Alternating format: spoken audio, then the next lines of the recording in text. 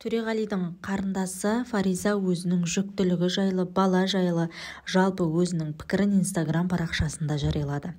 Дегенмен біреуге бұлай сұрақ қоюдың қажеті жоқ. Көптеген оқырмандар оның қашан көтересің, қашан туасың деген секілді сұрақтар айтып, оның шамына тиген секілді.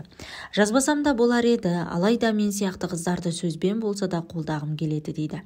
Сонымен қатар, дәл солай қаншама қыздарға да көрінген адамнан қашан күйеуге шығасың, отырып қалатын болдың ғой, қашан туасың, қанша жыл болды ғой деген сұрақтарды есту ұнайды деп айта алмаймын. Өзгенің өмірінен шектен тыс араласу мәдениетке де, иманға да жатпайды. Себебі хадисте былай деген: көркем мұсылманның белгісі өзіне қатысы жоқ нәрсені растауы деген.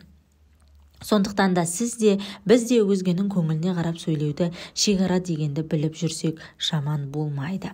Аллахтың әр бергеніне, бермегенінде де біз құл ретінде разы болуымыз керек. 18 000 ғаламның Раббысы сенің жүрегіңдегіні, таңдайыңдағы тәтті тілегіңді білмейді деймісің? Қалағаның болып жатса бір қайыр, болмай жатса 1000 қайыр ізде деген. Дұғаң қабыл болмай жатса көңілің түспесін, бізге не қажет, не нәрсенің әлі уақыты келмеді, бәрін Алла ғана білуші. Ал Алланың жоспарына қалайша күмән келтіре аламыз?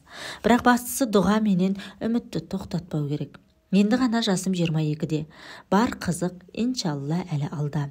Дәл қазір бала сүюді тілеп жүрген, қалап жүрген, күтіп жүрген әр отбасыға Аллахым саналы, салихалы ұрпақ нәсіп етсін деп жазды ол өзінің Инстаграм парақшасында. Қандай тәрбиелі, білімді, ақылды, саналы әйел екені осыдан ақ көрініп тұр. Сондықтан бұл сұрақтарды енді тек Фаризаға ғана емес, жалпы көтере алмай жүргенін біліп тұрсаңыз да өтірік сұрақ қоюдың қажеті жоқ. Өйткені оның жүрегіне жара салуы мүмкін.